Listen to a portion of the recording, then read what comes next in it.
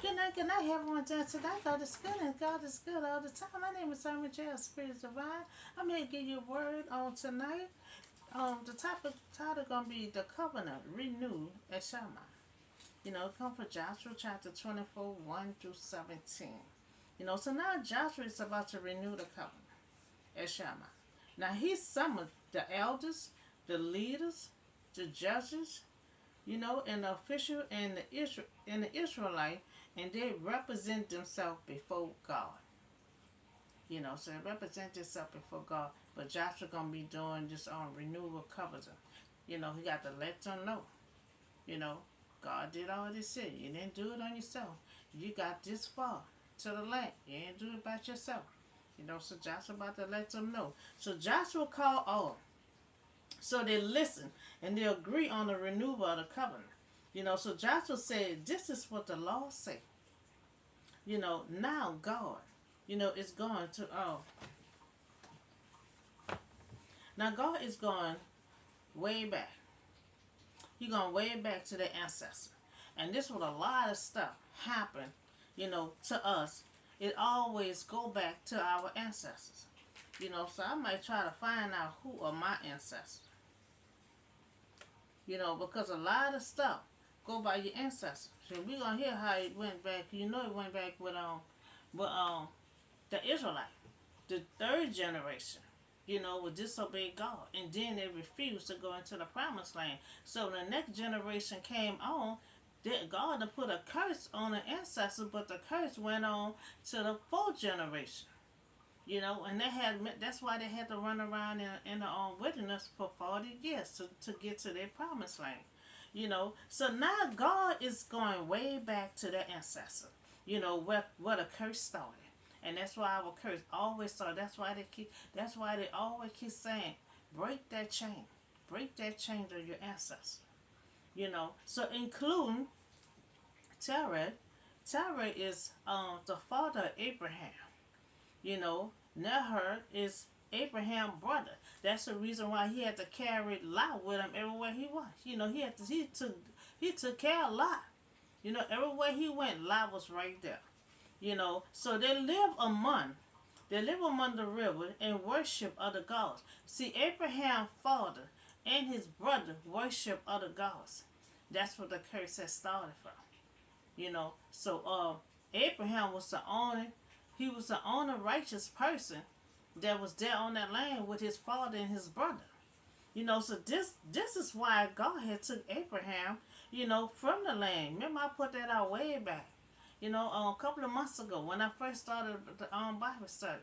Remember, God had called Abraham from his land where he was with his father and his brother. They was worshiping other gods, but Abraham continued on being righteous and serving God. So God had to pull him away from all that false stuff, because eventually he probably would have tapped into all that his father and them doing, and told him to come to the land of Canaan. So the land throughout Canaan and give him many offspring. God had told him, you're going to have many offspring. They're going to be the nation, and that's what Israelite is, the nation. That whatever God had talked about, it always come to pass. So God gave Abraham Isaac. Isaac had give to Jacob and Esau. And God had assigned the hill country of Seir to Esau, but Jacob and his family went to Egypt. Jacob was already staying in Canaan. He thought his son Joseph was there. And so when he realized Joseph is alive, they had him to go to Egypt. That's what God said. They all went to Egypt. So remember, God had Abraham, to leave his town and come to the Canaanite land and live there. And God had told him, you're going to be here, but then you're going to go to Egypt and you're going to return back. But Abraham never was able, to go through that process, because he hadn't got old and he had departed. So because his father and his brother, was serving other gods, his father died. His father died. And then later on, his brother died. That's the reason why he had to take care of his nephew Lot. Because so on his brother died, and that's the reason he took care of his nephew Lot until he died. So the curse that we feel right now, if anyone feeling the way the Israelite, me or whatever the case is, if you feeling like you under a curse, it all go back to your ancestor. You know, something your ancestors been a did a while back. And God put a curse on, and then linger on. That's just like God put a curse on the Israelite. But all of them had to depart, but that curse fell on the fourth generation. All the stuff that God was going to do to them, he did it to the next generation that came on. So the third generation of your ancestors refused to conquer the land, and their land due to fear. They had fear, and so God had let them live, but the curse was on. God did not let them live, but the curse had fell on the fourth generation. And that's why, you all had that's why they all was running around in the land for 40 years, because it was a curse due to the third generation. So for 40 years due to that curse, they had to run around in that land for 40 years. So a lot of time, if you feel like you always under a curse and nothing going right, always think about it can be a curse, from your ancestor way back then. So God has sent Moses, and Aaron, and God afflict the Egyptians by what I did, there, and God brought you out. So see, God rehearsing all this stuff. See, they didn't enter the land. So it's rules and regulation, is commandment and everything else, and so Joshua is renewing the covenant. So God explaining all these things to them. God had sent Moses and Aaron, and God afflict the Egyptian by what I did there, and God brought you out. So he's saying, that God had brought them out of slavery. And then he gonna talk about how the Egyptian came after them. He had to put them all under the Red Sea. So when God brought the people out, out of Egypt, you came to the sea. When you came to the sea, y'all crying out, how we gonna get over? And when, and then our enemies behind us. So God took care of your enemies. God took care of you crossing over that Red Sea, because God put your enemy under that Red Sea, and God hit that water, and most of the put that water to dry land, and y'all were able to walk over. So they always was crying out to God. God saved them from slavery. So as they were going into the wilderness, they're like, but how are we going to cross over? How are we going to cross over? Our enemies are behind us. God took care of both situations. So when God brought the people out of Egypt, you came to the sea, and then the Egyptians pursued them with carrots and horses as far as the Red Sea. So, but they cried out to the Lord. Cried out to the Lord, and he put darkness between you and the Egyptian. So he brought the sea over them and covered them, and you saw with your own eyes. So God saying, all the miracles that he was doing, y'all was right there. Your power was younger then, but you still saw. You was a witness that God had put that water to dry ground, and there was their ancestors, their parents, were able to walk over across that Red Sea. That's why he kept saying, y'all saw with your own eyes. So you saw with your own eyes what I did to the Egyptians, and then you live in the wilderness for a long time. So God tell him, God been good to him, and God saying, you're going to live in this land for a long time. For a long time. for 40 years. They was in there a good little while. So now God is telling them all all our pain. God telling us all our pain, all our suffering, and always just feel like it's a curse. You feel like nothing can go right. That because it go all the way back to our ancestors. They been had a curse on them. They been a serve other gods. But that curse follow us into this generation today. So God brought them out of the land of the Ammonites who live in the east of Jordan. And so they fought against them, but I give them into their hands. So God telling him, you possessing the land, you have to fight amongst the Ammonites, but you ain't have to worry because God took care of that too. So God destroyed them from before you, and He took your possession of your land. So God telling him, I have helped you. Took care of your enemies. I took care of your enemies so you'll be able to walk in and possess your land. Because you remember Joshua had got put that yesterday. Remember Joshua hadn't got old. So God had to help out.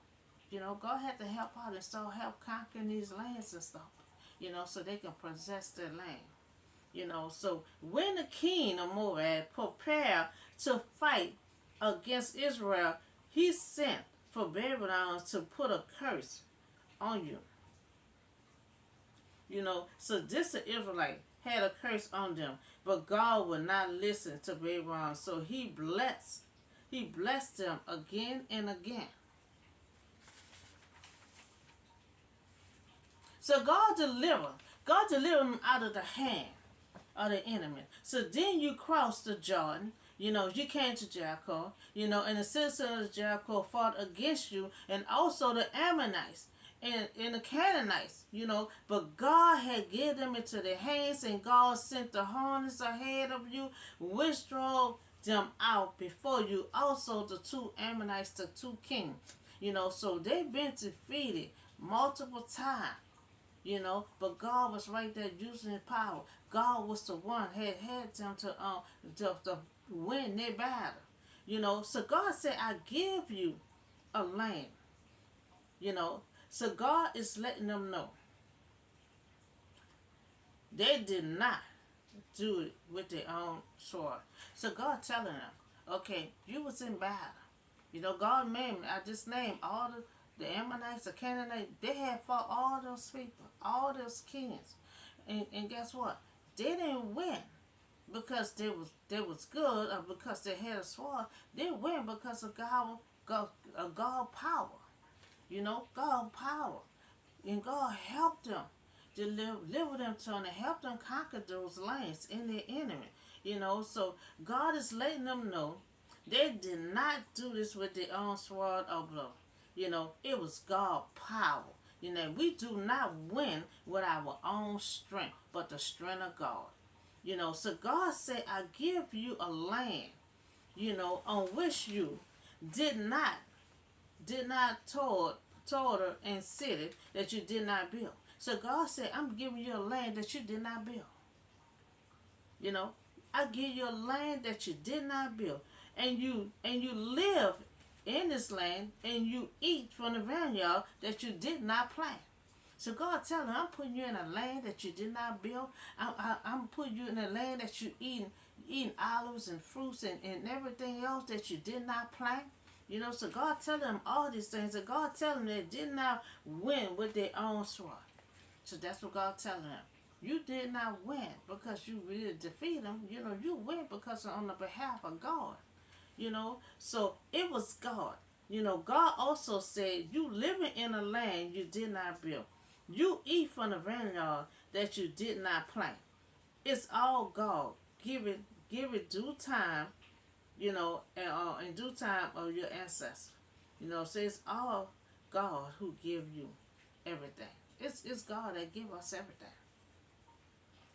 He said, I give them a land they did not build. They're eating off a vineyard that they did not plant. So God gave them luxury. So that's what God said, y'all going to a land with milk and honey. So, give me a land of milk and honey that you don't have to pay no rent. You don't have to pay no mortgage. You did not build the land. You eating off a vineyard tree that you did not plant. So God give you all these things, and God expect for them to obey His command and listen. So now fear the Lord and serve Him with faithfulness. So now throw away. So Joshua telling them, you're gonna serve the Lord. You're gonna serve the Lord with faithfulness. Now right now, I need y'all to throw all the false gods away. So now throw away the gods that your ancestors had worshipped and served the Lord. So Joshua was telling them, just go all the way back to your ancestors, to Abraham's father and his brother. It go back all the way to them. They was worshiping other gods and everything. So when God had pulled Abraham out, the father died. And later on, the brother died. And he had to take care of Lot. So the curse was placed due to his father and his son. His father and his brother. So Joshua, so if you serving the Lord, and you seem, undesirable to you, then you will have a church to serve. So God is telling them, if you feel like this is boring, you think this is undesirable to you to serve me, so you have a church. You have a church to serve God, or do things your way and serve the other God. So if you will not go too far, so you will have to make the correct choice. So Joshua said, in his household, we will serve the Lord. And that's what a lot of people say, just try to make the kids go to church. They say, in this house, you will serve the Lord. And, so Joshua means he means everyone in his household will serve the Lord. So then the people answer, where be us to forsake the Lord to serve others' God? It was the Lord our God Himself who brought us, and our parents out of Egypt. So they're acknowledging, they said, I know it was God that brought us out, from that land of slavery. So they acknowledge that God was the one brought us out of slavery. So and perform those great signs before our eyes. Now He protect us. Now the Israelites saying, God protect us, us on our entire journey, and among all the nation through which we travel. So that's good. They acknowledge God. They say God protect us our whole journey. They said it's nobody but God can protect us. So in taking a definite stand for the Lord, Joshua displayed his spiritual leadership. So regardless of what others decided, Joshua had made a commitment to God, and he was willing to set the example of a living, by that decision. Remember, he's still a leader. He ain't dead yet. He's still a leader. So including the Ammonites who live in a land that we too will serve the Lord. Because He is our God. So Joshua let them know that God is holy. And He is a jealous God. So if you forsake the Lord, and serve foreign God, that He will turn and bring disaster on you and make an end of your after that He had been good to you. Now see, so what God's saying, you saying you're going to serve the Lord. But you got to keep all His commandments. You cannot serve no other God. You have to do what God needs you to do. So God needs them to commit, to whatever, to commit that you're going to serve the Lord. So all the people boldly claim that they will never forsake the Lord. That's the same thing Judas said. And what happened when he did Jesus? He still went and betrayed Jesus. So a lot of people can just the words come out their mouth, oh, I got you, God. I'm going to serve you, God. But then down the line, we're going to see how much the Israelites stood their grounds. You know, because they keep on saying, "We gonna serve you, we gonna serve you." Judas said, I'm not gonna betray you. I love you, Master." And went right there and still betrayed Jesus. You know, so all the people boldly claim, that they will never forsake the Lord. Never forsake the Lord. That we're gonna serve the Lord. So we're gonna see how long they're gonna last. So Joshua has said they are in the wilderness. No, so Joshua said they are a witness. So they all agree. They said we gonna serve God. We gonna obey His commandment, everything. So they agree to everything that Joshua was telling them.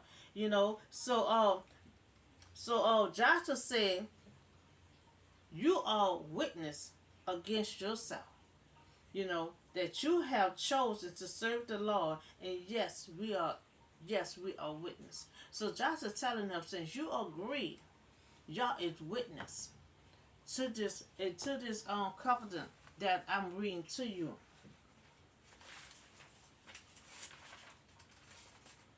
So now since they agree that they will serve the Lord, as Joshua had told them, throw away all your foreign God, among you, and yield your heart to the Lord your God.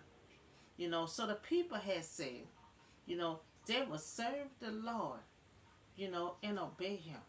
So Joshua had told the Israelites to throw away the foreign gods and ours, and follow God requirement and destroy whatever had get in the way of you worshiping God. And see, that's the thing with all of us. We our idols just don't have to be the false image and all this kind of stuff that what they doing back then. Bow down and worshiping God. Idol can be anything, like our material.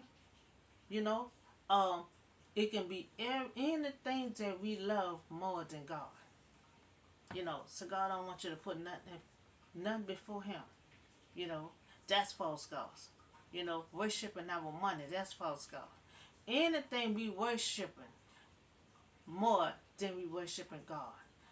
You know, so that's what worshiping not just what they're doing.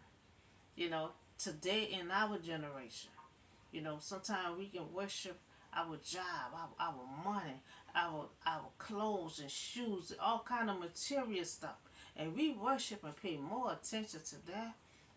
More attention than we paying to God.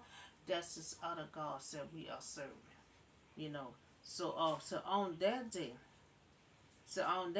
when they agree to serve the Lord, their God, Joshua made a covenant, for the people, and there, right there at Salmon, he reaffirmed for them to agree this law.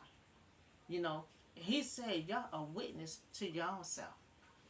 That you spoke these words, that you're gonna serve God. You're gonna serve God and nothing else. So Joshua saying, since y'all agree, okay. So in Joshua record these things, in a book of the law of God. So then he took a large stone. So after he read the law, the book of the law of God, then he took a large stone, and he set it up, and there under the oak near the holy place of the Lord. Now he took a big old large stone, you know, and he placed it on the holy place of the Lord, and he telling all the people, this stone, would be a witness against you and us, so he telling them, since y'all agree, this stone will be a witness against us. And now this stone is a witness against the Israelite that they agreed to serve God. So they had to stick to their commandment. So after Joshua finished reading the book of the law, Joshua dismissed the people each to their own inheritance. Remember they're in the land. So each one had to divide everything up for their inheritance. So Joshua said, you could be dismissed. Each of y'all go to your own inheritance. Everybody have their own inheritance. So the covenant between Israel and God was that the people will worship and obey the law alone, like I just told you. God wants us to obey Him, give Him attention, not Him only. So that's what Joshua was explaining to them. Joshua was explaining to them that people you will worship, you will obey the law alone. So their purpose was to become a holy nation. I know 3 packers ago, they said the Israelite was a holy nation. 'Cause remember they had to meet with God twice, and they had to clean themselves. They had to clean themselves. So they had to obey the law alone, and their purpose, was to become a holy nation. But down the land, but on the land, the Israel become preoccupied with the land and lost sight of the law of God. See, they were talking all that stuff. Oh, we gonna serve God. We gonna worship God, Him only. So now we see, you know, they got preoccupied with the land. With the inheritance and enjoying the land and everything, and they lost sight of the Lord. Their God. And see, that's what God telling us. Once that's what He kept on telling them. Once you live that life, you know, they living their life in that land. God had told them, I still need y'all to love me and obey me. I don't want you to spend too much time. See, they occupied right now. Of the luxury, They ain't even got to go nowhere and get food. Everything planted out for them. So they living in that land. They enjoying themselves, and they're getting preoccupied of the land and the inheritance. So they lost sight of the Lord. So we will not lose ourselves in our stone, and other things, that we will keep us from serving God. So we're not going to lose ourselves in the stone, because sometimes you can lose yourself in the stone. Lose yourself in the stone, but we're supposed to lose ourselves in God. They got preoccupied in the land, the inheritance, just start enjoying themselves and lost sight of God. Power don't even know when the last time they prayed to God or talked to God. The same thing we do now. When you living it up, you got to continue on. If you pray 3 times a day, you got to continue on praying 3 times a day. You fast, you got to continue on fasting. We had to still do the same thing we were doing before. That's why God kept saying, once I give you this, I want you to still love me. I still want you to obey me.